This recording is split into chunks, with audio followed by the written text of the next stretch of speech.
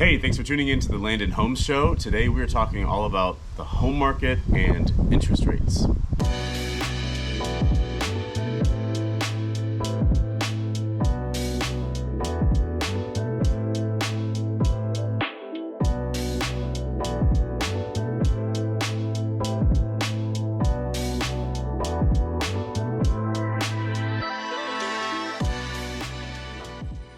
Hi, I'm Stephen J.B. Davis, your land specialist and residential realtor here in Central Kentucky and beyond. It's a simple video. We're going to talk interest rates first. Then we're going to talk about the home market here in Lexington. And the reason why we're just focusing on Lexington is because you could pretty much extrapolate the same sorts of trends out to all of these surrounding counties. The price points will change a little bit, things like that. But overall, you can assume safely that whatever you're able to get here in Lexington will be slightly cheaper and probably bigger the further away you get from here. But Lexington will be the main focus for all the stats. And then we'll, kind of talk about some conclusions that you can draw from the stats that I give as you decide whether it's a good time for you to purchase a home or not. And then we'll end the video. So let's get started. Interest rates. You may remember Mitch Florence from a couple of videos ago. He talked about forecasting into what could happen with the feds or not.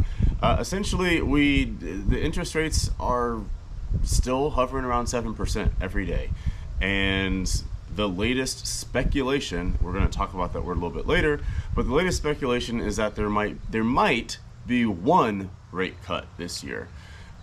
So really it comes down to, and I've said this before, I will continue saying it because it will always be true. You have to decide if it's a good time for you to purchase a home.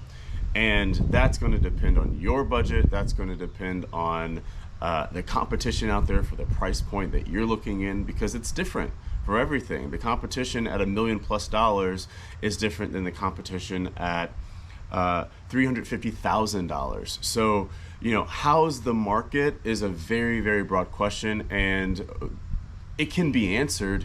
But when it comes down to you making a decision, it's how's the market for you and what you're wanting to buy.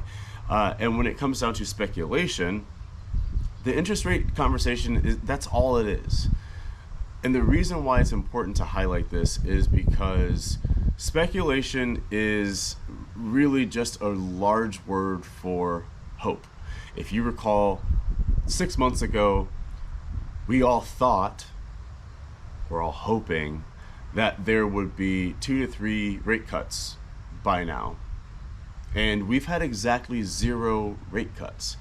Even economists, people who have more degrees than I do, who are more expert about the economy, who have more connections and insight into the Federal Reserve, they're still speculating. That's all this is. So, another way to demonstrate that is you're pretty much guessing a number between 1 and 10. It's a guess. So if you're working with a real estate agent, or you want to work with me or something, you're like, well, what are we expecting for the rates? I'm going to say I don't know because everything we thought might happen based on all of this tangential information hasn't even happened. I could say, yeah, we're going to have rate cuts 6 months from now. And if I'm right, I look really good. If I'm wrong, I look terrible. But the main thing is, anything I say about rates and anything anyone else says about rates is purely based on nothing. That is it. It's all hope. And so you have to make decisions based on information that is concrete, not information that sounds really good and makes you feel good. You will decide things into oblivion if that's the only thing that you're depending on is speculative information. So when it comes to rates, it's not ideal. We're still around 7%. We don't know when they're going to come down or if they're going to go up.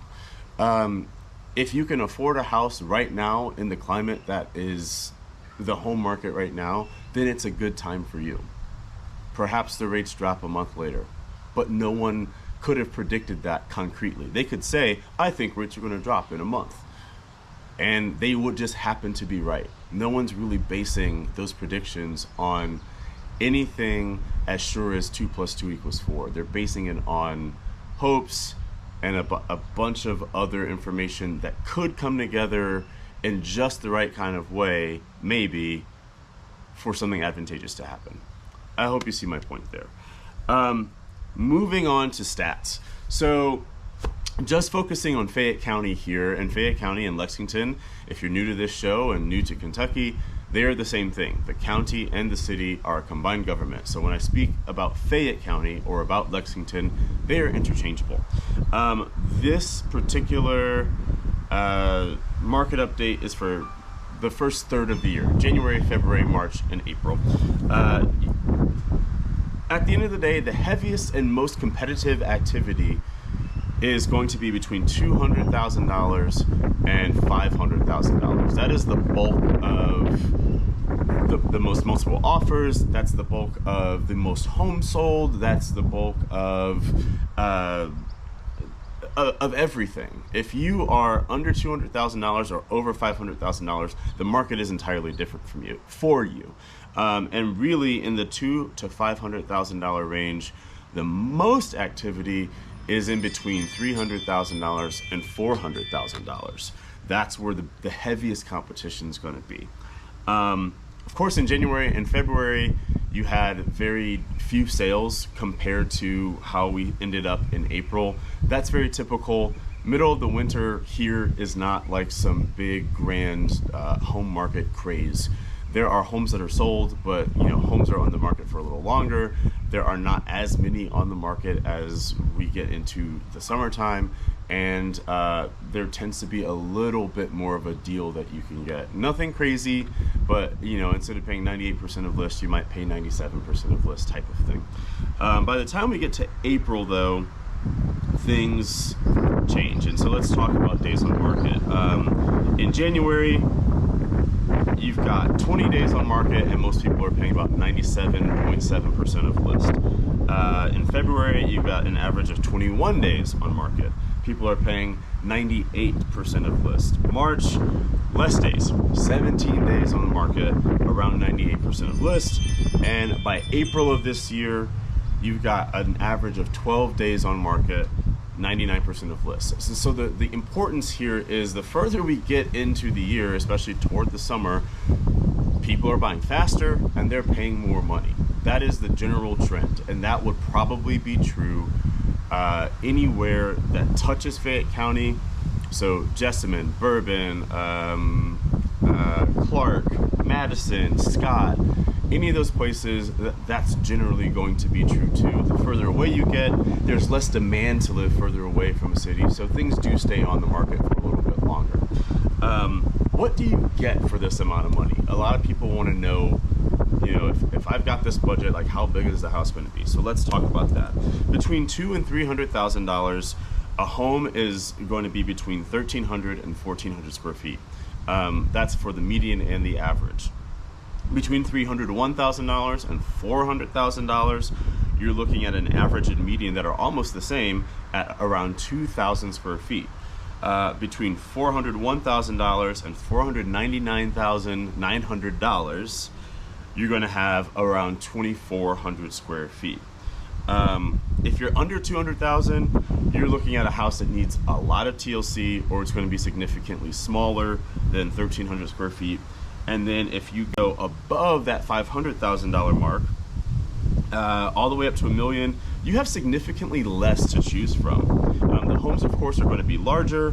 They're going to be on the market a little bit longer than that $200,000 to $500,000 range, but there's just less to choose from. And the majority of the homes in the $500,000 to $1 million range are really between $500,000 and $750,000. When you get above $1 million, you're talking about a couple of sales every year, like maybe like a dozen, stuff like that. And then there are homes too that are just sold kind of privately or in an office exclusive setting. They don't hit the market in a public way, but you're not talking about a whole lot of inventory at $2 million or $3 million. Really, you're looking at the above $500,000 range to have the most opportunity all the way up to $750,000.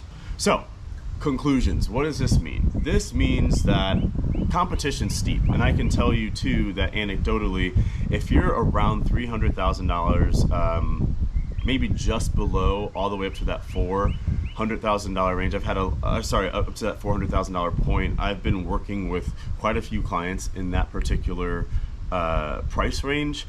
It is brutal out there. We're talking 9, 12, 20 multiple offers types of things, and people who are choosing to buy and then allowing sellers to stay in the home rent-free after closing. It is extremely competitive. So even with the high interest rates, there are people who can afford a home right now. You have to decide if that's the right time for you or not. And with those people that can afford it, they are doing some very competitive and extreme things in that high 200 all the way up to $400,000 price point to win the house. So there is a big pressure in what we would call that middle housing type of space. It's not as competitive if you're above $500,000, like I stated before, but you have a lot less to choose from at that point in the market going up. So I would say one of the best things that you can do right now if you're trying to be competitive as opposed to waiting for a less competitive time is figure out a way to have more cash on hand so that you can pay more money out of pocket. It's not attractive to a buyer to have to do that, but that's the game that you're playing. And if you're not ready to play that game, that's okay, but you have to realize that that's what it's taking to win. So I don't know when things in this really competitive market will be alleviated. Right now, these are the rules, and you either got to play by them or get on the bench. It's tough, and I feel it because it's how I make my money too. If buyers can't buy or constantly outbid, we're still working together to try to get that buyer to buy. So I do feel it. I want buyers to be happy. I want my sellers to be happy too, but the buyers have it pretty tough between that high $200,000 to $400,000 range. In any case, I hope this helps. Chat with me, leave a comment, leave your questions, email me. Obviously, I can get you much more specific data on a county by county level, but I just haven't had the time to venture out into the surrounding counties to get that level of detail for this video. So this was all Lexington specific, but like I said, it's pretty safe to assume that whatever you can get in Lexington for a certain amount of money, you can probably get a little bit more when you leave the county, but you're going to have less to choose from because the bulk of the sales in this market, in this central Kentucky market, or greater Lexington area really happen in Lexington, and that's why I focused on it. More videos coming up, some exciting new listings coming up, and I will see you all later. Thanks for watching. Adios.